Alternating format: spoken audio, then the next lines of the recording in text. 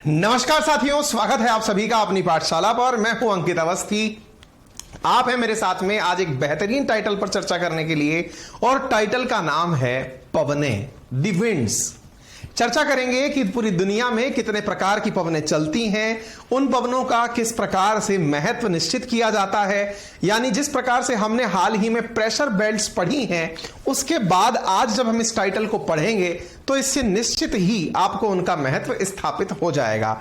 तो चलिए आज के सेशन की शुरुआत करते हैं। इससे पहले मेरे तमाम प्यारे साथी जो मेरे साथ में इस समय जुड़ चुके हैं, जोशन, दीपांशु, शिवांशी, अवनीश, अजयनंद, बेबी, वाला, ज्योति, रादर्श, योशन, मन्नू, लोकेंद्र, अजय, बहुत तेजी से सारे नाम गुजर रहे हैं। सभी साथियों का बेहद बेहद स्वागत है आज के सेशन में। आप सभी का स्वागत। और आज के सेशन की हम शुरुआत करते हैं, और शुरुआत के अंदर जो आज टाइटल हम पढ़ाने वाले हैं उसके बारे में थोड़ा सा आपको महत्व स्थापित कर देते हैं। आपको प्रेशर बेल्ट्स अच्छे से याद होंगी। मैंने आप लोगों को प्रेशर बेल्ट्स के बारे में बताया है कि किस प्रकार से अर्थ पर सूरज की रोशनी के कारण अलग अलग प्रकार की प्रेशर बेल्ट्स यानी कि दाब पेटियों का निर्माण होता है। दाब पेटियां बताई हैं तो आपको पता है कि इक्वेटर पर लो प्रेशर, उसके बाद ट्रॉपिक ऑफ कैंसर और ट्रॉपिक ऑफ कैप्रिकॉर्न के आसपास हाई प्रेशर बेल्ट्स का निर्माण होता है। मैंने आपको यह भी बताया है कि किस प्रकार से inter tropical convergence zone ITC Z का निर्माण होता है। मैंने आपको यह भी बताया है कि किस प्रकार से पवनें कोरियोलिस बल की वजह से दाएं अथवा बाएं घूमती हैं। ये सारी बातें हमने अपने पूर्ववर्ती लेक्चर्स में बताई हैं। आप में से अगर कोई भी मेरा प्रिय मित्र जो आज पहली बार मुझे सुन रहा है, उससे गुजारिश रहेगी कि वो एक बार पुराने वीडियोस को सुन ले। अब हम आगे बढ़ते हैं। हमने अब तक प्रेशर बेल्ट्स का बनना सीखा और हमें यह समझ में आने लगा कि पूरे अर्थ पर बहुत सारी स्थितियां ऐसी हैं, जैसे इक्वेटर के पास स्थिति है कि पता ही नहीं किस तरफ चलना है, जिसे आप डोल ड्रम सिचुएशन कहते हैं। ठीक इसी प्रकार से tropic of cancer of capricorn के पास में हाई प्रेशर के कारण ऐसी स्थितियां हैं कि पता चलता है कि घोड़ों को पानी में डालना पड़ रहा है, जिसे आप हॉर्स लेटिट्यूड कहते हैं। यानी घोड़े की, जैसे कि यहां पर घोड़ों के कारण इस जगह की पहचान बन गई। ऐसी स्थितियां आपने बनती और बिगड़ती तो सुनी है, लेकिन इनके कारण स्थानीय क्षेत्रों में कुछ हवाएं चलती हैं। आप में से उन हवाओं का कितना परिचय आपको है, कितना नहीं, वो आज के सेशन से क्लियर हो जाएगा। मेरे प्यारे साथियों, वर्ल्ड ज्योग्राफी में पवनें 3 प्रकार की हैं। कौन कौन सी हैं? स्थायी पवनें, जिन्हें आप परमानेंट विंड के नाम से जानते हैं। दूसरी पीरियोडिक पवनें, अर्थात जो समय समय पर बदलती बिगड़ती रहती हैं। और तीसरी लोकल विंड्स, जो किसी विशेष क्षेत्र में ही जानी जाती हैं। इन तीनों के बारे में आज के सेशन में हम चर्चा करेंगे। परमानेंट विंड यानी अर्थ है, सूरज है, वैसे ही परमानेंट विंड्स भी हैं। ये उतनी ही परमानेंट हैं जितनी प्रकार से पूरे सृष्टि के अंदर बाकी संरचनाएं हैं। ठीक है। पीरियोडिक पवनें ये सूर्य की गति के कारण बनती और बिगड़ती हैं। उदाहरण सबके दूंगा और पूरा व्याख्यान डिटेल में हम इसके बारे में करेंगे। ठीक है। इसी प्रकार से लोकल विंड्स, स्थानीय पवनें, इनके बारे में भी आज हम चर्चा करेंगे। मैं कमेंट्स देख रहा हूं और उन कमेंट्स के अंदर एक बालक जो है वो लिख रहा है, सर टेस्ट के बाद में भी दे सकूं ऐसा फीचर कर दीजिए। आशीष, वो कर दिया मैंने, आज टीम को बोल दिया है, आपको एप्लीकेशन पर वो दिखाई दे जाएगा। ठीक है। High pressure, low pressure, Nitish अभी समझ में आ जाएगा बेटा, है ना। आज उस सेशन के अंदर हम आगे की बातें करेंगे। राजेश लिख रहे हैं, सर जी इस तरह का एक इंग्लिश ग्रामर का बैच भी ले आइए, इंग्लिश ग्रामर में हमें काफी दिक्कत होती है। देखो दोस्त, हमें यह तो नहीं पता कि आप हमसे मस्करी कर रहे हैं या सच्चाई में कह रहे हैं, लेकिन मैंने खुद से खुद को कुछ चैलेंज दिया है। और चैलेंज ये है कि एक दिन, क्योंकि हम सब में से बहुत से लोगों की ये बोटल नेक है इंग्लिश, इसका भी एक दिन तोड़ निकाला जाएगा। मेरे बहुत सारे मित्रों ने, साथियों ने ये कहा कि आपका कंटेंट अच्छा तो है, लेकिन ये कुछ ही लोगों के काम का है, सबके काम का नहीं है। मैंने कहा मतलब आपकी क्लासेस केवल हिंदी जानने वाले ही सुन सकते हैं, इंग्लिश जानने वालों को समझ में ही नहीं आती हैं, या उनके लिए होती ही नहीं है। तो हमने समझा है कि यदि ऐसी परिस्थितियां हैं, कोशिश करेंगे कि आने वाले समय तक अपने लिए मैंने एक विजन टारगेट सेट किया है, और टारगेट ये है कि नेक्स्ट ईयर तक हम डेडिकेटेडली इंग्लिश में भी, प्योर इंग्लिश दैट मीन्स जिसके अंदर सेशन की भाषा भी, एक्सप्रेशन की भाषा भी इंग्लिश होगी, ऐसे भी बैचेस लेकर आएंगे, क्योंकि ज्ञान पर सभी का अधिकार है। और जब सबका अधिकार है तो हम थोड़ा सा प्रयास करने से क्यों हिचकें। तो मैं अपने अंदर, क्योंकि बहुत हाथ तंग रहा है, कपिल शर्मा वाला ही हाल है अपना, लेकिन ऐसी स्थिति है, हिंदी मीडियम स्कूल से पढ़कर निकले हैं, लेकिन इस स्कूल से निकलने के बाद भी इंग्लिश में पढ़ते पढ़ाते 15-20 साल से अधिक का समय बीत चुका है। तो अब उसमें एक कदम और आगे बढ़ाएंगे और आपके लिए भी हौसला बन जाएंगे। ये चाहत है कि आप भी ऐसी ही टूटी फूटी कोशिश हमारे साथ मिलकर करेंगे, मिलकर कुछ नया कीर्तिमान रचेंगे। ये अपने आप से खुद को दिया गया एक चैलेंज है। मैंने कहा ना आपसे कि हर बार कुछ अपने आप को नए चैलेंजेस देने होते हैं, उनमें इस बार का चैलेंज ये अपने आप के लिए मैंने रखा है। खैर आगे आते हैं। तो फिलहाल के लिए परमानेंट, पीरियोडिक और लोकल विंड की हम बात करते हैं। आपने कहा परमानेंट विंड का उदाहरण क्या होता है। मैंने कहा चलिए ये 4 उदाहरण हैं जो परमानेंट विंड के हैं। कौन कौन से? पूर्वा पवने, पछुआ पवने, ध्रुवीय पवने और विषुवत रेखीय पछुआ पवने। ठीक है, इसके अलावा ये दूसरी चीज जो लिखी है पीरियोडिक, इसका मतलब जो समय समय पर आती हो, जैसे मानसून की पवने, जैसे सी ब्रीज, लैंड ब्रीज, जैसे पहाड़ों पर चलने वाली कैटाबैटिक और एनाबैटिक यानी पहाड़ी और सतही पवने। ये पवने पीरियोडिक पवने हैं, समय के साथ चलती हैं, परमानेंट नहीं चलती हैं। और तीसरी है लोकल विंड, जैसे कहीं पर आ रही है फोहन। आपको याद होगा ऐसी बहुत सारी पवने जो कि कहीं आ रही है ब्लिजार्ड, ऐसी पवने जो किसी पर्टिकुलर क्षेत्र में पाई जाती हों, जैसे डॉक्टर जिन्हें हर्मटन कहते हैं पवने, है ना। ऐसी पवने जो किसी क्षेत्र विशेष की पहचान है, उन्हें हम लोकल विंड के नाम से जानते हैं। तो आज के सेशन में हम सबकी बातें करेंगे। सबसे पहली चर्चा करते हैं हम परमानेंट विंड्स की, जो कि पूरी अर्थ पर हमेशा पाई जाएंगी। जैसे उनमें सबसे पहले है पूर्वा पवने। इस बात को समझने के लिए सबसे पहले आप मुझे जो मैंने अब तक आपको पढ़ाया है उससे एक जवाब दे दीजिए, फिर हम इस दिशा में आगे बढ़ जाएंगे। जवाब यह है, आपको मैंने अर्थ का थोड़ा सा परिचय कराया था। मैंने बताया था अर्थ के मध्य वाला जो स्थान है, जिसे आप विषुवत रेखा के नाम से जानते हैं, जहां पर 0 डिग्री लैटिट्यूड स्थित है, इसके बारे में अगर आपको याद हो तो मैंने आपसे कहा था कि सूरज की विकिरणें यहां पड़ने से यहां पर स्थित जो वायु है, यह वायुमंडल में ऊपर उठकर चली जाती है। अगर आपको ध्यान हो तो मैंने आपको यहां बताया था कि यहां लो प्रेशर जोन बनता है। उम्मीद है आप सभी साथियों को याद होगा। आपको याद होगा कि हमने अपने सेशन में अब तक यह बात भी आपको अच्छे से समझा दी है कि मैप को जब भी पढ़ें तो उत्तर में नॉर्थ पढ़ा जाएगा, ऊपर नॉर्थ पढ़ा जाएगा, नीचे साउथ पढ़ा जाएगा, राइट में ईस्ट पढ़ा जाएगा और लेफ्ट में वेस्ट पढ़ा जाएगा। यह बात भी मैं आपको अब तक समझा चुका हूं। मैं आपको जब यह बता चुका हूं कि इक्वेटर पर निम्न दाब का क्षेत्र बनता है, तो यह जब हवाएं उतरकर नीचे आती हैं तो जिस जगह उतरकर आती हैं वहां पर उच्च दाब का क्षेत्र बनाती हैं, हाई प्रेशर का जोन बनाती हैं। आपको पुराने सेशंस देखने होंगे और जो पुराने सेशंस में उपस्थित रहे मेरे साथी हैं वो इस बात में हां या ना अपने जवाब दे सकते हैं। 30 डिग्री 23 डिग्री से +-5 करके मैंने लिख दिया है, ठीक है। इसी प्रकार से इससे नीचे की तरफ यानी ट्रॉपिक ऑफ कैप्रिकॉर्न की तरफ भी 30 डिग्री जो साउथ वाला हिस्सा है वहां पर भी हाई प्रेशर जोन बनता है। यह जानकारी मैं आप लोगों को अपने पूर्व सेशंस में दे चुका हूं। फिर मैंने आपको ये बहुत डिटेल में समझाए गए सेशंस हैं, इसलिए मुझे आप कमेंट बॉक्स में बताते जाइएगा कि हां ऐसा हमने पढ़ा है सर, ठीक है। अच्छा, इसके बाद में जब मैंने आपको बताया था कि जो हाई प्रेशर जोन है इससे ऊपर 66 डिग्री के आसपास फिर से एक बार लो प्रेशर जोन क्रिएट होता है, क्योंकि ये जो हवाएं हैं ये लो प्रेशर की तरफ जाती हैं। ऐसे ही इस तरफ जो हवाएं हैं यहां पर भी एक लो प्रेशर जोन क्रिएट होता है। ये हमने लगभग 66.5 के आसपास नॉर्थ में और 66.5 के आसपास साउथ में देखा है। एक बार के लिए थम्स अप करके बता दीजिए कि आपको ये सारी बातें याद आ रही हैं या नहीं। हो सकता है मेरे कुछ साथी आज के सेशन में नए हों, उन्हें लगे पता नहीं क्या चल रहा है, उन्हें आपके द्वारा थम्स अप करने पर ही यह बात पुष्ट होगी कि हां सर हमने ऐसी जानकारी आपसे पहले प्राप्त की है। एक बार थम्स अप करके बता दीजिए कि क्या हमको ये जानकारियां आती हैं। एक बार बता दीजिए।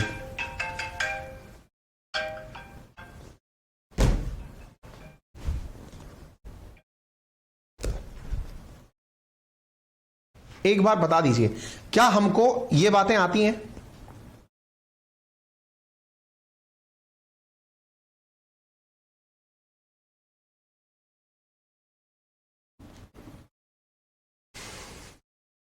क्लियर है? चलो, तो अब आपसे सिंपल सिंपल प्रश्न, क्योंकि आपने सबने थम्स अप कर दिया है, औरों को भी ये प्रमाण मिल गया है कि मैं झूठ नहीं बोल रहा हूं, क्योंकि मैंने ये पढ़ाया है। अब मेरा प्रश्न शुरू होता है, आप मुझे जवाब दें। मैंने दिशाएं लिख दी हैं, सब कुछ मैंने पढ़ाया हुआ है। आपसे सवाल है सिंपल सा। हाँ भाई, बाकी जो नए साथी आए हैं वो कमेंट्स में जो थम्स अप्स की जो लहर शुरू हुई है इसे देख सकते हैं और अंदाजा लगा सकते हैं कि हां, हमने ऐसा कुछ किया जरूर है। ठीक है, सवाल आ रहा है, आंसर दीजिएगा। हाँ भाई, जो लोग पुराने साथी हैं आंसर दें। लो प्रेशर से हवा ऊपर उठी थी, हाई प्रेशर पर नीचे गई थी। हाई प्रेशर से हवा चलकर इधर की तरफ आई थी। आपको यह भी मैंने एक फैक्ट पहले से बता रखा है, मैं यहां लिख देता हूं, लीजिए बताइए। सदर्न हेमिस्फेयर और नदर्न हेमिस्फेयर, नदर्न इक्वेटर से ऊपर वाला हिस्सा, यहां पर लगने वाला कोरियोलिस बल मैंने सेशन के अंदर पढ़ा रखा है भाई। कोरियोलिस बल किस तरफ चलता है? कोरियोलिस बल नदर्न हेमिस्फेयर में राइट हैंड साइड, याद होगा, नदर्न हेमिस्फेयर में राइट हैंड साइड और सदर्न हेमिस्फेयर के अंदर लेफ्ट हैंड साइड। अगर ध्यान हो तो बता दीजिएगा, इसके लिए भी थम्स अप होना चाहिए। डन। चलिए, अब आपको मालूम है हाई प्रेशर से लो प्रेशर की तरफ विंड चलेगी, लो चल दी। हाई प्रेशर से लो प्रेशर की तरफ विंड चलेगी, लो चल दी। डन। ओके, अब अगर यह बात डन हो चुकी है तो आपको दिशाएं पता हो, यह हमने सुनिश्चित किया था। दिशाएं पता हो यह सुनिश्चित किया था। तो मेरा सवाल है, यहां चलने वाली जो पवन थी ये राइट हैंड साइड मुड़ेगी, ये लीजिए मोड़ दी। ये चलने वाली पवन लेफ्ट हैंड साइड मुड़ेगी, मोड़ दी। याद आ गया? सब ध्यान आ गया? ये देखिए राइट हैंड साइड, ये left hand side, right hand side, left hand side. आप में से कुछ लोग जो नए हैं वो कंफ्यूज हो सकते हैं, ऊपर वाला राइट कैसे है, नीचे वाला लेफ्ट कैसे है। जा तो एक ही तरफ रहे हैं बेटा। ऊपर वाले के लिए हम यूं देख रहे हैं, नीचे वाले के लिए हम यूं देख रहे हैं, दोनों में अंतर है ना। ये नीचे से ऊपर की तरफ की बात हो रही है, ये ऊपर से नीचे की तरफ की बात हो रही है। इस तरफ आप यूं चल रहे हैं तो आपका लेफ्ट इधर है, इस तरफ आप यो चल रहे हैं तो आपका राइट इस तरफ है। ठीक है, ये बातें बता चुका हूं। और अगर किसी को भी डाउट है, मैं फिर से रिक्वेस्ट करूंगा, पिछले सेशंस देख लेना, मैं दोबारा रिवाइज करूंगा तो सेशन खराब हो जाएगा। अब आता हूं मुद्दे पर।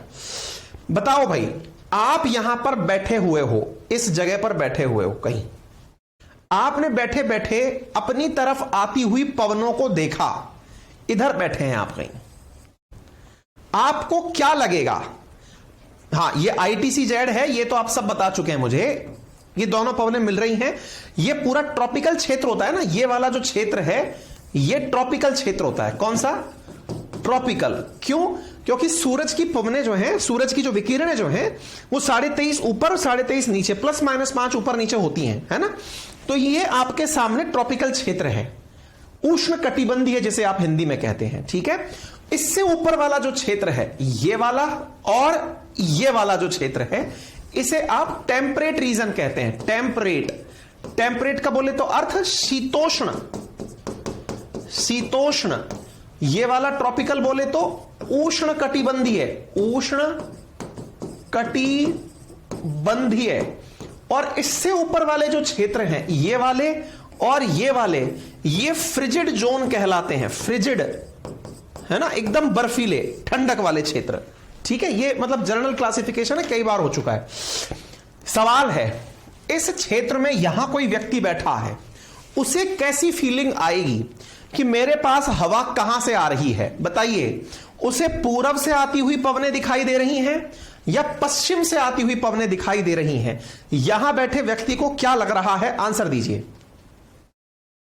यहां बैठे व्यक्ति को फीलिंग क्या आ रही है? आंसर दे दीजिए।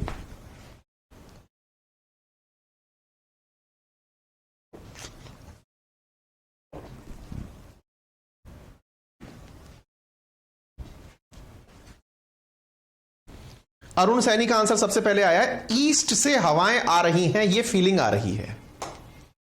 सबको आ गया? क्लियर हो गया? अगर सबको आ गया और क्लियर हो गया तो क्या मैं यहां लिख सकता हूं, यहां पर लिख सकता हूं इस जगह पर, या फिर मैं यह कह सकता हूं कि ट्रॉपिकल क्षेत्र में जो हवाएं चल रही हैं, ये हवाएं पूरब से आती हैं, इसलिए इन्हें पूर्वा पवने कहते हैं, इसलिए इन्हें ईस्टर्ली कहते हैं। हम सब करते जाइए भाई, कोई भी चीज नई नहीं है, सब चीजें पुराने सेशन से कनेक्टेड हैं, इसलिए अगर आप कनेक्ट कर पा रहे हैं तो मैंने पूरा आधार आपको समझा दिया। अब तो मैं उससे आगे की बात कर रहा हूं। क्या मैं यह कह सकता हूं कि ट्रॉपिकल क्षेत्र में चलने वाली पवनें पूर्वा पवनें हैं? अब अगर कोई मुझे पूछे कि पूर्वा पवनों के बारे में 4 लाइनें बोलो, देखो इस तरह की ड्राइंग आप भी बना लिया करो, नोट्स में तो सब दिया हुआ है, लेकिन रफ स्टडी रोजाना कुछ ना कुछ जरूर किया करो। पेन हाथ चलता रहना जरूरी है। हमारे दिमाग की एक बहुत बड़ी लाचारी है, अगर ये केवल सुनता भी है या केवल देखता भी है तो ध्यान बट जाता है। इसको अटकाने का 2 तरीके, इसका अटकाने का सबसे बेहतर तरीका है एक साथ 2 ज्ञानेंद्रियां एक्टिवेट रहें। कौन कौन सी ज्ञानेंद्रियां? अगर मैं देख रहा हूं तो मेरा हाथ भी एक्टिवेट रहे, अगर मैं बोल रहा हूं तो मेरी आंखें और कान भी एक्टिवेट रहें। जितने ज्यादा आपके रिसेप्टर्स ज्ञानेंद्रियां एक्टिवेट रहेंगी उतना अच्छा आपका फोकस रहेगा। आपके फोकस बढ़ाने के बेहतरीन तरीकों में, यदि आपने मेरी कोई भी बात सुनी, आपने इसे रफ स्केच ही बना लिया, क्योंकि मैं तो पूरा कंटेंट आपको दूंगा, लेकिन आपने इसका रफ स्केच बना लिया तो आपको यह पूरी बात एज इट इज समझ में आ जाएगी। इसके लिए यह मत सोचा करिए कि नोट्स बनाने हैं कि नहीं बनाने, ये स्केच है, बना लो ना, क्या दिक्कत है। डन? समझ में आ गया? कहीं कोई दिक्कत? आगे बढ़ते हैं साहब। पूर्वा पवनें चल रही हैं। अब मुझसे कोई पूछे इनके बारे में कोई मतलब टिप्पणी लिखो, क्यों नहीं लिख सकता भाई? ये उष्ण कटिबंधीय क्षेत्रों में चलने वाली हवाएं हैं, ये ट्रॉपिकल क्षेत्र में these are the winds those flows in tropical region, कह सकता हूं। They flows from high pressure belt in tropic of Cancer to equator, और ठीक इसी प्रकार से from high pressure belt in southern hemisphere from the Capricorn to equator. मतलब दोनों ही स्थितियों में ये विंड्स हाई प्रेशर बेल्ट से लो प्रेशर बेल्ट की तरफ चल रही हैं। सिंपल। और अगर यह बात हमें समझ में आ रही है तो ITCZ का निर्माण हो रहा है। समझ में आ गया? यहां तक कोई दिक्कत नहीं, कोई परेशानी नहीं। चलिए आगे बढ़ते हैं साहब। अब अगर यह बात समझ में आ गई तो अब अगली सवाल की तरफ बढ़ते हैं। हाई प्रेशर बेल्ट से लो प्रेशर बेल्ट की तरफ, हाई प्रेशर बेल्ट से लो प्रेशर बेल्ट की तरफ पवनें चलती हैं, यह बात पता है। लीजिए, यह मैंने चला दी। यह क्षेत्र टेम्परेट रीजन है, मैंने बता दिया साहब। और अगर टेम्परेट रीजन है तो मुझे बताइए, right hand side, northern hemisphere में राइट हैंड साइड, ये लो जी राइट हैंड साइड, इस तरफ चल रहे हैं तो मेरा राइट इधर पड़ रहा है, इस तरफ चल रहे हैं मेरा राइट इधर पड़ रहा है। बोलो भाई, क्लियर? इस तरफ चल रहे हैं तो मेरा लेफ्ट इस तरफ चल रहा है।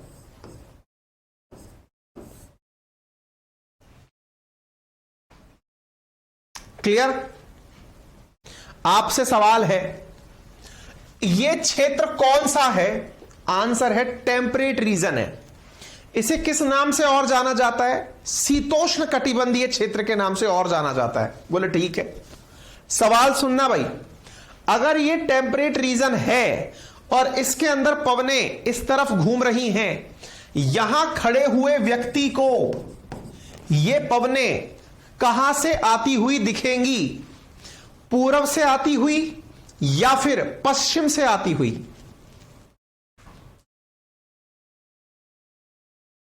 कहां से आती हुई दिखेंगी? पूर्व से आती हुई या पश्चिम से आती हुई?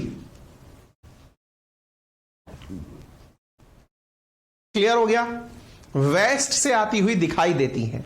ये जो वेस्ट से आती हुई पवनें आपको दिखाई दे रही हैं, जैसे आपके लिए ये वाली पवनें फिक्स थी जिनको आपने पूर्वा पवनें कहा, क्या इनमें चलने वाली टेम्परेट पवनों को हम वेस्टर्लीज या फिर पश्चिमी पवनें कह सकते हैं? पूर्वी पवनें हो गई, पश्चिमी पवनें हो गई। परमानेंट विंड्स दो प्रकार से आप लोग अब तक समझ चुके हैं। कहीं तक भी कोई दिक्कत हो तो बताएं। पूर्वा और पश्चिमी दो प्रकार की पवनें आपको समझ में आ गई होंगी। इंटरेस्टिंग बात सुनिए, ये जो पश्चिमी विंड चलती हैं, इधर देखिए, ये 30 था, ये 66 था। इनके बीच में यहां पर एक लैटिट्यूड 40 डिग्री साउथ, यहां पर 50 डिग्री साउथ, यहां पर 60 डिग्री साउथ। हां भाई, पछवा पे ये पूर्वइयां हैं, ये पछवा हैं। पश्चिमी को पछवा भी कह दिया, ठीक है। 40 degree latitude, 50 degree latitude, 60 degree latitude. अगर आप इन तीनों शब्दों को ध्यान से देखें, यहां पर लैटिट्यूड मेंशन किए गए हैं 30 डिग्री, 40 डिग्री, 50 डिग्री, और ये तीनों ही लैटिट्यूड एक बात को दर्शाते हैं। कौन सी चीज को दर्शाते हैं? कि यहां पर भी पश्चिमी पवनें चलती तो होंगी, और मेरे प्यारे साथियों, इन्हीं प्रकार की पश्चिमी पवनों को अलग अलग नाम से जाना जाता है। जो 40 डिग्री पर पछुआ पवनें चलती हैं, इन्हें रोरिंग 40 कहा जाता है। रोरिंग 40। दोबारा सुन लीजिएगा, पवनें यूं आ रही हैं, पश्चिम से पूर्व की तरफ आ रही हैं। पश्चिम से पूर्व की तरफ आने वाली 40 डिग्री लैटिट्यूड पर जो पछुआ पवनें हैं, इन्हें रोरिंग 40 कहा जाता है। ऐसे ही जो 50 डिग्री है, इस पर भी यहां पर पवनें यूं चलकर आ रही हैं। 50 डिग्री वालियों को फ्यूरियस 50 कहा जाता है। इन पवनों के नाम हैं, विशिष्ट नाम हैं जी।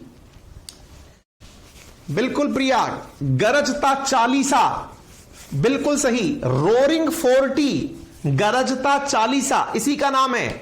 और प्रचंड 50, फ्यूरियस 50, इसी का नाम है। यह रहा 50 पर चलने वाली, वेस्ट पर चलने वाली,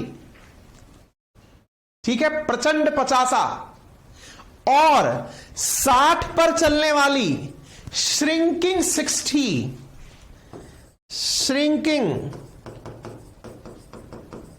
60। क्लियर? दोबारा देखिए क्या बोल रहा हूं मैं यहां पर। 40 पर चीखता 40, प्रचंड 50, और इसे सिकुड़ता 60, ठीक है। अंग्रेजी में रोरिंग 40, फ्यूरियस 50, श्रिंकिंग 60। हाँ भाई, क्या आप सभी साथियों को वेस्ट से ईस्ट की तरफ चलने वाली पवनों के नाम समझ में आए?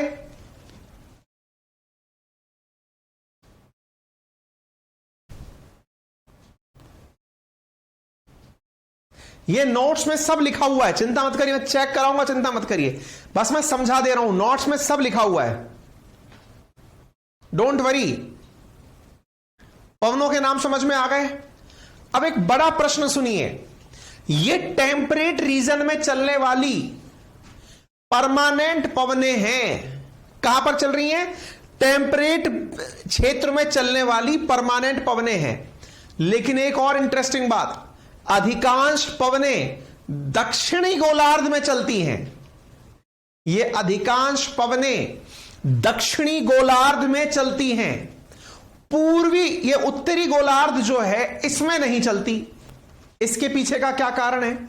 यहां पर लैंड ज्यादा है, यहां पर पानी ज्यादा है। कोइंसिडेंस है कि इक्वेटर के उत्तर में अधिकांश कॉन्टिनेंट और स्थलीय क्षेत्र ज्यादा स्थित है और इधर की तरफ क्षेत्रों में पानी की स्थिति ज्यादा है, यानी यहां पर ओशन ज्यादा है, यहां पर डीप सीज ज्यादा है।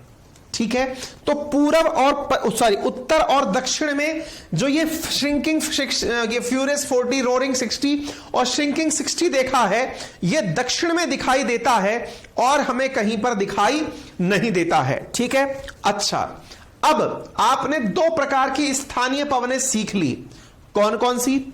ईस्टर्लीज देख ली, वेस्टर्लीज देख ली, पूर्वा पवनें देख ली, पश्चिमी पवनें देख ली। अब तीसरी प्रकार की विंड देखिए, परमानेंट विंड में। यह थी आपके पास में हाई प्रेशर से लो प्रेशर की तरफ विंड गई थी, हाई प्रेशर से लो प्रेशर की तरफ पहुंची तो वेस्ट से आती हुई दिखाई दी, कोई बात नहीं। लो से वापस ऊपर उठती हैं पवनें और उठ करके कहां पर पहुंचती हैं? नदर्न हेमिस्फीयर पर डिसेंड होने पहुंचती हैं। दोबारा समझिए, लो प्रेशर बेल्ट पर यह पवनें पहुंची, वेस्ट से आकर के यहां पहुंची। लो के पास होता क्या है? हवाएं ऊपर उठती हैं। कहां से उठती हैं? यहां से ऊपर की तरफ उठती हैं। ये हवाएं जो ऊपर उठती हैं, ये उठ करके फिर कहीं गिरती तो होंगी। बोले जी हां, कहां गिरती हैं? या तो ये वापस हाई प्रेशर बेल्ट पर यहां गिरती हैं, या फिर ये जाकर के पोल पर गिरती हैं। कौन से पोल पर? नॉर्थ पोल पर। ठीक है, नॉर्थ पोल पर हवा पहुंच गई, नॉर्थ पोल पर हवा पहुंच गई और यहां से पवन जो पहुंची है वो पोल से नीचे की तरफ लौटना शुरू होती है।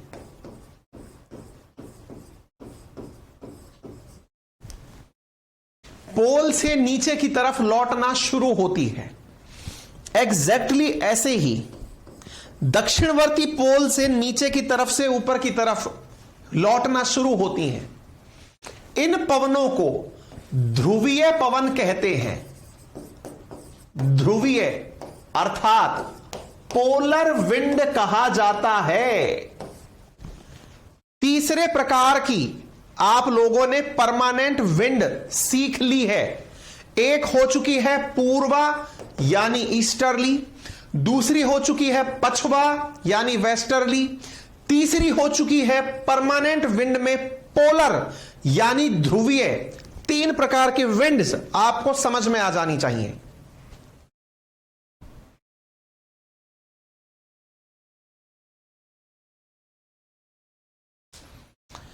ज्योति लिख रही है सर जीएस भी डर जाएगी एग्जाम में। अब तो मैं कह रहा हूं ना, साल भर का समय हो किसी बालक के पास और यदि ये वाला तैयारी मेरे साथ वो कर ले। विशेष रूप से ये तैयारी उनके काम में बहुत आने वाली है जो स्टेट पीसीएस और यूपीएससी की तैयारी करने वाले हैं, क्योंकि इतनी डिटेल में स्टडी उन्हीं की जरूरत पड़ती है। रेलवे, एसएससी, डिफेंस वाले ये क्या करते हैं ना, ये रट कर जाना पसंद करते हैं। 40 कहां चलती है, 50 कहां चलती है, 40 को क्या कहते हैं, बस इतना, लॉजिक नहीं जानना है ना। लेकिन जो ये लॉजिक ध्यान से याद कर गए उनके आप समझकर चलिए कि यूपीएससी, स्टेट पीसीएस की इतनी गजब तैयारी हो गई। स्टेट पीसीएस वालों का तो पूरा काम हो गया। हाँ जी, अब इसके बाद में भाई खुद ने स्टेट पीसीएस क्वालिफाई किया है तो पता है कि क्या आता है, उस लेवल पे चीजें मैं आप लोगों को करा दे रहा हूं। यानी एसएससी से एक कदम ऊपर और यूपीएससी से एक कदम नीचे। यूपीएससी से एक कदम नीचे मैं खुद क्यों बोलता हूं, क्योंकि यूपीएससी में कहीं मैं ये कह दूं कि मैंने पूरा यूपीएससी पढ़ा दिया आपको तो वो मेरे से गजब की झूठ बोल जाएगी। क्योंकि यूपीएससी में एक और लेवल आपको तैयार करना पड़ता है। एक और लेवल क्या? क्योंकि 4 सब्जेक्ट तो समझ में आते हैं, इससे ऊपर के सब्जेक्ट भी हैं, लेकिन बाकी सब में इनसे काम चल जाता है। ठीक है, अब एक इंटरेस्टिंग बात सुनो आप। आपको पता है यहां पर एक मजेदार चीज होती है। क्या होती है? यह हाई प्रेशर बेल्ट है, यहां पर लो प्रेशर बेल्ट है। यहां से यह हवाएं ऊपर जा रही हैं, यहां से यह हवाएं नीचे आ रही हैं। पता है एक इंटरेस्टिंग फीचर यहां पर क्या बनता है? ध्यान से सुनना, बड़ी इंटरेस्टिंग बात बता रहा हूं। ये दोनों हवाएं जब आमना सामना करती हैं तो इस क्षेत्र में एक गजब का रोचक परिस्थिति क्रिएट होती है। इसको समझ लेना और इसको लिख लेना। एक गजब की स्थिति क्रिएट होती है, आप इसे लिख लेना, मजा आ जाएगा आपको बस। लेकिन इसको समझाने से पहले मुझे एक छोटा सा प्रश्न पूछना होगा आपसे, उसका जवाब दे दोगे तो मेरा काम बन जाएगा। मुझे केवल इतना सा बता दो, ये जो आ रही है इनका नाम वेस्टर्ली है और ये जो आ रही है ये पोलर विंड्स हैं, ठीक है। बस मेरा सवाल इतना सा है, इनमें से गर्म कौन सी हैं?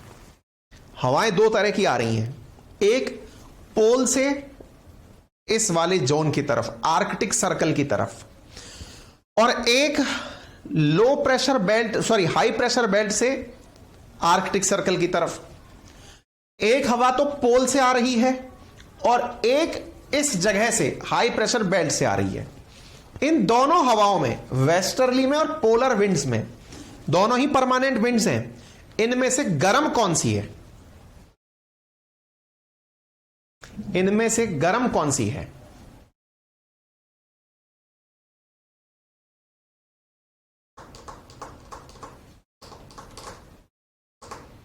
पक्का? कंफर्म है? कंफर्म है?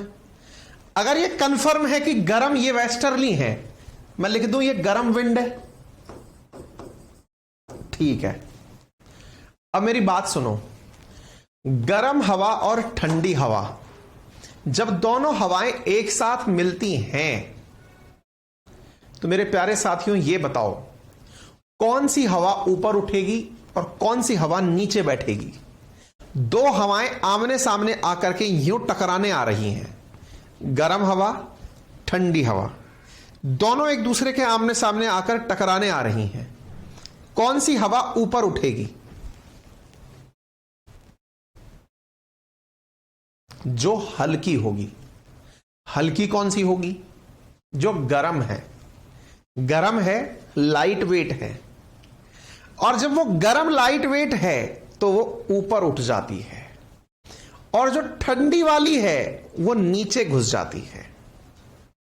किसके? गर्म के। और साथियों, हालांकि ये प्लानिंग का हिस्सा नहीं था, पर फिर भी अब चूंकि फ्लो में सेट बैठ रहा है तो मैं बता देता हूं। मैंने ये प्लान तो नहीं किया था कि आपको ये बताऊंगा, लेकिन आ गया फ्लो में, तो सुन लो अब आप। हाँ भाई, ये वाली पवनें तो यूं चक्कर काट रही होंगी आते समय। भाई ऊपर से नीचे की तरफ आ रही है तो घूम के आएंगी ना, पूर्वा की तरह से आएंगी, पोलर पूर्वा। अच्छा, ये यूं जा रही हैं, ये दोनों पहुंच करके जैसे यहां पर दोनों मिलती थी तो एक साथ आईटीसी जेड का निर्माण करती थी, यहां तो गर्म ऊपर उठ गई और ठंडी नीचे बैठ गई। यह संभव है कि कईयों के सिर के ऊपर से चला जाए, जैसे वेस्टर्ली ऊपर उठ गई ना, ऐसे संभव है कि बहुतों के ऊपर से यह कंसेप्ट निकल जाए। कोई बात नहीं, जिनके ऊपर से निकले लोड नहीं है। मैं तो वैसे भी एडिशनल में बता रहा हूं, जैसे गोलगप्पे खाने के बाद में हम लोग एक्स्ट्रा पानी पूरी पानी के साथ और लेते हैं, सब पानी और दे दो थोड़ा सा, है ना, मीठी पपड़ी और दे दो, वैसा हाल है ये।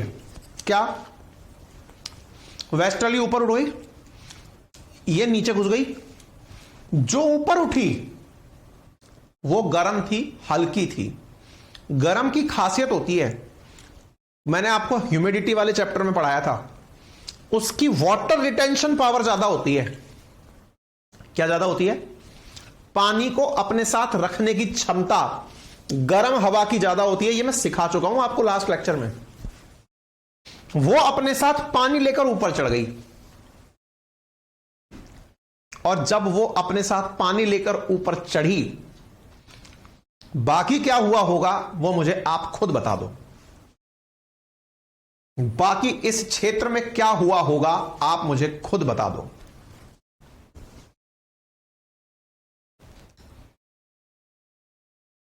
जल्दी से, मैं एक्सपेक्ट कर रहा हूं कि आप आंसर देंगे।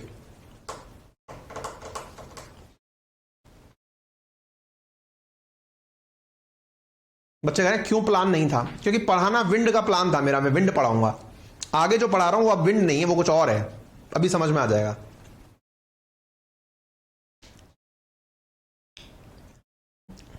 जो ऊपर चढ़ी बहुत सही जवाब आना शुरू हो चुका है। बर्फबारी और बारिश होना शुरू हो गई। बर्फबारी और बारिश होना शुरू हो गई। मेरे प्यारे साथियों, ये केवल हवाओं के मिलने से, देखो यहां तो सूरज की गर्मी से शाम को बारिश हो रही थी और यहां पर पवनों के मिलने से बारिश हो रही है। और यहां जो बारिश हो रही है, जिस प्रकार से यहां तो शाम को 4 बजे बारिश आना निर्धारित था, जिस प्रकार से यहां तो शाम को 4 बजे बारिश आना निर्धारित था, इक्वेटर पर यहां पर कभी भी बारिश आ सकती है। यहां पर कभी भी बारिश आ सकती है। बोलो यस और नो। और जब यहां कभी भी बारिश आ सकती है, तो इसी को आपने फिल्मों में, और यदि कभी आपने लॉर्ड्स के मैदान पर हो रहे क्रिकेट मैच को देखा हो, जो कि ब्रिटेन में होता है, तो आपने अक्सर कमेंटेटर को यह कहते हुए सुना होगा कि बारिश लंदन की हो, जानकारी ही नहीं मिलती। आपको याद होगा, जब भी वर्ल्ड कप होते हैं ब्रिटेन में, तो अक्सर लोग ये कहते हैं ये लोगों ने क्या ही तरक्की की, इनके यहां बारिश का कुछ पता ही नहीं है, कब आ जाए। लंदन की बारिश इसीलिए अनप्रिडिक्टेबल बारिश कही जाती है, क्योंकि वो टेम्परेट जोन में स्थित है, वो इसके आसपास के क्षेत्रों में स्थित है, इसलिए यहां की बारिश अनप्रिडिक्टेबल बारिश होती है। वो बारिश इतनी अनप्रिडिक्टेबल है कि उसको केवल 2 पवनें मिल रही हैं और बारिश हो जा रही है। बाढ़ भी नहीं आती और बारिश भी हो जाती है। इसलिए आपने अगर कोई भी फिल्म देखी हो, या मेरा सेशन खत्म होने के बाद में लंदन में चलते फिरते लोगों को आप कभी भी देखें, वो छाता लेकर ही चलते हैं। वर्ल्ड कप के मैच में कई बार मैच इसलिए रोक दिए जाते हैं क्योंकि लंदन में अनप्रिडिक्टेबल बारिश हो जाती है।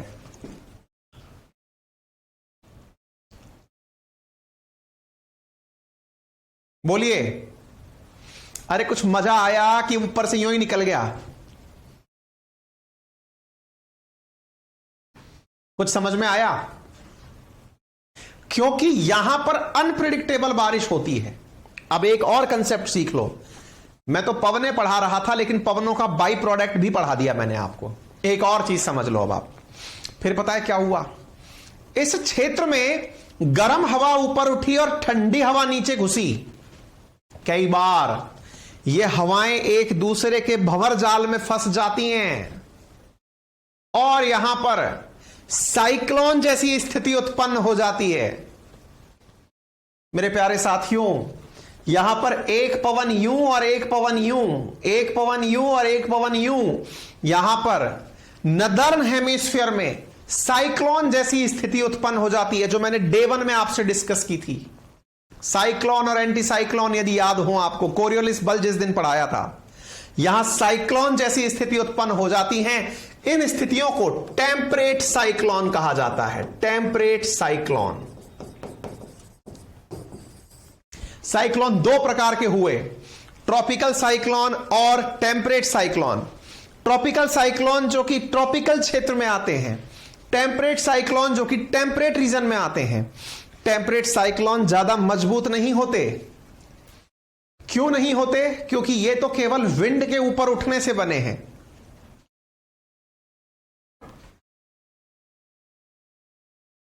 समझ में आ गया? बताइए, नदर्न हेमिस्फीयर में आने वाले साइक्लोन, कुछ ध्यान आ रहा है? हवा को कैसे घुमा रहे हैं? कमेंट बॉक्स में बता दीजिए। मैंने क्लास में पढ़ाया है। कंसेप्ट्स जानकर मजा आ रहा हो तो बताइए। तभी रोल्स रॉयस वाले अपनी कार में छाता देते हैं। क्या बात है, गजब का ऑब्जर्वेशन। यही ऑब्जर्वेशन है जो आपको समझना है। कनाडा बर्फीला तूफान, अमेरिका अलास्का बर्फीला तूफान, साइबेरिया बर्फीला तूफान, ये जितने भी यूरोपियन कंट्रीज हैं बर्फीले तूफान इसीलिए आते हैं।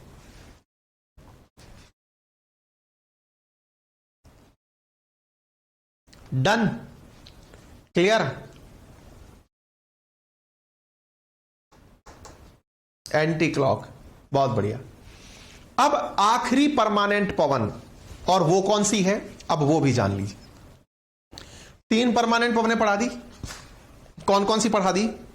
पूर्वा, पछुआ, पोलर, और अब चौथी सुन लो।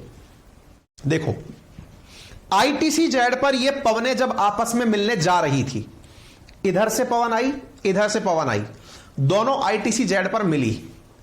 अब ये बेचारी मिलकर कहां तक जाएंगी? पृथ्वी को तो पूरब से पश्चिम नहीं, पश्चिम से पूरब की तरफ चलना है। ये पवनें जा तो रही हैं, लेकिन अर्थ को यूं घूमना है। पश्चिम से पूरब की तरफ घूम रही है ना अर्थ। तो होता क्या है, ये जब मैं आप लोगों को समुद्री जलधाराएं पढ़ाऊंगा ना, गर्म जलधाराएं, ठंडी जलधाराएं, जब मैं आपको वो पढ़ाऊंगा तब बताऊंगा कि इन पवनों के कारण इक्वेटर के क्षेत्र में ऐसी स्थिति उत्पन्न होती है कि यहां पर रिवर्स में विंड चलना शुरू हो जाती है। यहां पर रिवर्स में विंड चलना शुरू हो जाती है, और यह विंड वेस्ट से ईस्ट की तरफ चलती है। आईटीसी जेड वाला जो क्षेत्र है, इक्वेटर वाला जो क्षेत्र है, विषुवत वाला जो क्षेत्र है, इसमें पवनें इसकी प्रतिक्रिया स्वरूप, क्योंकि अर्थ को वेस्ट से ईस्ट घूमना है, इस दिशा में चलना शुरू हो जाती हैं। ये चौथी परमानेंट विंड है, विषुवत पवनें कहते हैं। ये बहुत ही स्लो होती हैं, यानी इनकी प्रेजेंस और एब्सेंस मैटर ही नहीं करती, लेकिन हल्की हल्की एहसास होती हैं। हालांकि ऐसी जगह पर इन पवनों की वजह से डोलड्रम में कोई अंतर नहीं आता, लेकिन फिर भी ये रिएक्शंस में उपस्थित होती हैं, इसलिए इन्हें भी परमानेंट विंड में कहा गया है। ये काउंटर विंड्स हैं, जो कि एक प्रकार से इनके चले जाने के अपोजिशन में आती हैं। ठीक है Latika, thank you so much. Clear? उम्मीद है सभी साथियों को बाकी 3 तो समझ में आ गई होंगी, चौथी को समझने में स्ट्रगल हो रहा होगा कि सर इसका ओरिजिन समझ में नहीं आया, बाकी सब समझ में आ गया कि यह है क्यों। इसके ओरिजिन को समझने के लिए मेरा अगर कहा मान लो, तो केवल इतना सा मान लो कि जब मैं आपको समुद्री जलधाराएं पढ़ाऊंगा ना, उस दिन तक के लिए आप इसको होल्ड पर रख लो। क्यों? क्योंकि जलधाराओं में इन विंड का प्रभाव समुद्र के पानी के बहने पर बहुत बड़ा होता है, इसलिए मैं चाहता हूं कि आप इसे उस दिन मुझसे पुनः डिस्कस करें। आज अगर मैं घुस गया तो फिर मुझे समुद्री जलधाराएं आपको यही पढ़ानी पड़ जाएंगी। आज चूंकि मैं विंड पढ़ा रहा हूं, इसलिए मैं आप सबसे गुजारिश कर रहा हूं। ये चौथी विंड है जो आपको समझ में आ जानी चाहिए। ठीक है, कितने प्रकार की विंड हो गई? 4 प्रकार की। कौन कौन सी? ट्रॉपिकल क्षेत्र में चलने वाली, टेम्परेट क्षेत्र में चलने वाली, पोलर क्षेत्र में चलने वाली, और इक्वेटर पर चलने वाली। ये 4 प्रकार की पवनें आप लोगों ने यहां पर सुन ली। इसे विषुवत रेखीय पछुआ कहा गया, इसे पूर्वा कहा गया, इसे पछुआ कहा गया, और इसे पोलर यानी ध्रुवीय कहा गया। जिन्हें स्क्रीनशॉट लेना है वो इस पेज का ले सकते हैं। हालांकि आप इसका स्क्रीनशॉट मोबाइल का ले नहीं पाएंगे। उम्मीद है कि आपने कुछ बोर्ड का काला पीला बना लिया होगा। मैंने जो भी बोला है वो सब आपके नोट्स में है। मैं दिखा देता हूं, बढ़े आगे। बाकी मुझे नहीं पता आप कैसे इसे नोट कर पाएंगे। मैंने जब जब बोला है आपने कुछ लिख लिया होगा। देखते हैं साहब, ईस्टर्ली, वेस्टर्ली, पोलर और इक्वेटोरियल। ये देखो साहब, जो बातें बोली हैं वो सारी यहां पर दर्शाई हैं। जो बातें बोली हैं वो सारी यहां पर दर्शाई हैं। Polar, easterly, westerly, trade wind, ITC Z, यही तो सब समझाया है मैंने आपको। देख लीजिए, सारी की सारी बातों के बारे में, ईस्टर्न विंड क्या है, वेस्टर्ली विंड क्या है, रोरिंग 40 क्या है, फ्यूरियस 50 क्या है, श्रिंकिंग 60 क्या है, चीखती 60, प्रचंड 50, गरजती 40, ये सब बातें मैंने आप लोगों को जो बोली हैं वो लिखी हैं। अंशु थैंक यू भाई। पोलर विंड्स क्या होती हैं, इक्वेटोरियल वेस्टर्ली विंड क्या होती हैं, ये बातें मैंने आप लोगों को पूरी तरह समझा दी हैं। बताइए साहब, यहां तक किसी को किसी प्रकार की कोई दिक्कत हो तो कमेंट बॉक्स में बता सकता है। किसी भी प्रकार का कोई डाउट तो पूछ सकता है।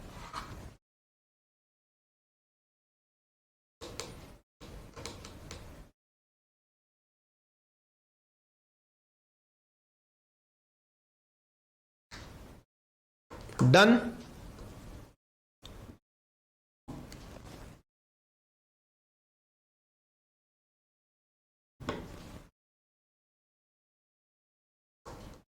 क्लियर, समझ में आ गया। अब दूसरे टाइप पर चलते हैं। दूसरा टाइप है पीरियोडिक विंड्स, यानी कि समय समय पर आने वाली पवनें, टाइम के साथ आने वाली पवनें, यानी जो परमानेंट ना रहती हो वैसी पवनें। तो ऐसी पवनें कैसी होती हैं? जो समय समय पर अपनी दिशाएं बदल लेती हैं। उदाहरण के लिए हमारी मानसून पवनें। आपको मानसून का समय मालूम है कि मानसून तभी आता है जब, अच्छा मानसून की तारीखें तक होती हैं, इतने मई को भारत में केरल में टकराएगा, बाकी कब चला जाएगा, कहां चला जाएगा। मानसून तो सही मायने में पूछा जाए तो line he seasonal reversal of air है। मानसून है क्या?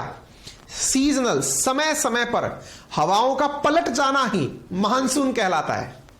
हर 6 महीने के अंदर इसकी डायरेक्शन बदल जाती है। जो कभी साउथ वेस्ट से भारत की तरफ आ रहा था वो सर्दियों में आते आते उल्टा हो जाता है और वो नॉर्थ ईस्ट से आने लगता है। यानी समय के साथ का बदलना, यानी एक प्रकार से साउथ वेस्ट से आने वाली पवनें जो पहले इस प्रकार से आ रही थी, समर के अंदर जो साउथ वेस्ट से आ रही थी वो विंटर में ऊपर से नीचे की तरफ आने लगती है। समय के हिसाब से हवाओं का इस तरह बदल जाना seasonal reversal of air monsoon कहलाता है। और मानसून जो है वो एक प्रकार से आप ऐसे समझ सकते हैं कि ये सामयिक, समय के आधार पर चलने वाली पवनें हैं। यही कारण है कि सर्दियों में इस लौटती हुई हवा के कारण भारत के दक्षिणवर्ती राज्य तमिलनाडु के अंदर बारिश होती है। यहां पर तमिलनाडु में बारिश सर्दियों में होती है। इकलौता भारतीय राज्य जहां मानसून के कारण बारिश होती है वो भी सर्दियों में, उसका नाम तमिलनाडु है। इसके अलावा भारत में सर्दियों में यहां भी बारिश होती है, लेकिन वो मानसून के कारण नहीं, वो वेस्टर्न डिस्टरबेंस के कारण होती है।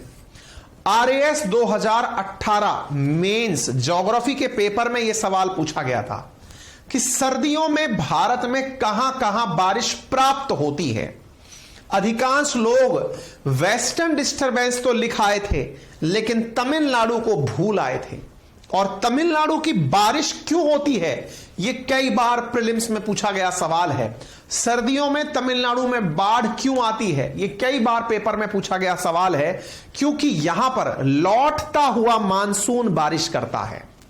एक बालक कह रहा है सर ये सारी जानकारी 11th NCERT में है। बिल्कुल सारी, मैंने आपसे क्या कहा, मेरी अपनी कोई जानकारी नहीं है, मेरी सारी जानकारी कहीं ना कहीं से नकल की हुई है।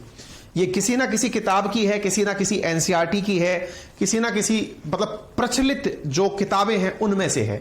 जैसे पॉलिटी आएगी तो 100% लक्ष्मीकांत में से नकल मार के लाए होंगे हम, है ना। मेरा खुद का इतना नॉलेज नहीं है, मैं एक व्याख्याता हूं, व्याख्या कर रहा हूं। मैं खुद से रिसर्चर नहीं हूं कि मैं इन सब चीजों की खोज करके आपको बता रहा हूं, नहीं। मैं आपको जो लिखा है उसे समझा रहा हूं, उसका व्याख्याकार हूं मैं, नथिंग एल्स। ठीक है। अच्छा, यहां पर ये जो साउथ वेस्ट मानसून है, ये साउथ है, ये वेस्ट है। यहां से पवने अर्थ की तरफ यानी कि भारत की तरफ चल रही हैं। गर्मियों में इस तरह से चलती हैं तो इस क्षेत्र में बारिश होती है। गर्मियों में भारत के वेस्टर्न घाट की तरफ या फिर शेष भारत में जो बारिश होती है वो इसी के कारण होती है, दैट इज मानसून के कारण। ठीक है,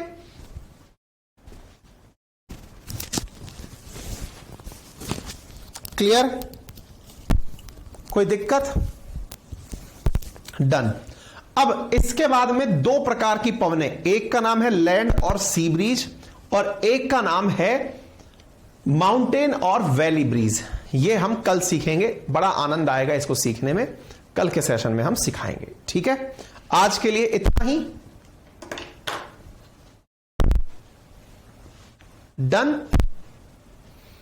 उम्मीद है आज का सेशन आपको काफी लाभदायक लगा हो, फायदेमंद रहा हो, जो भी नव विद्यार्थी आए हैं उन्हें पसंद आया हो।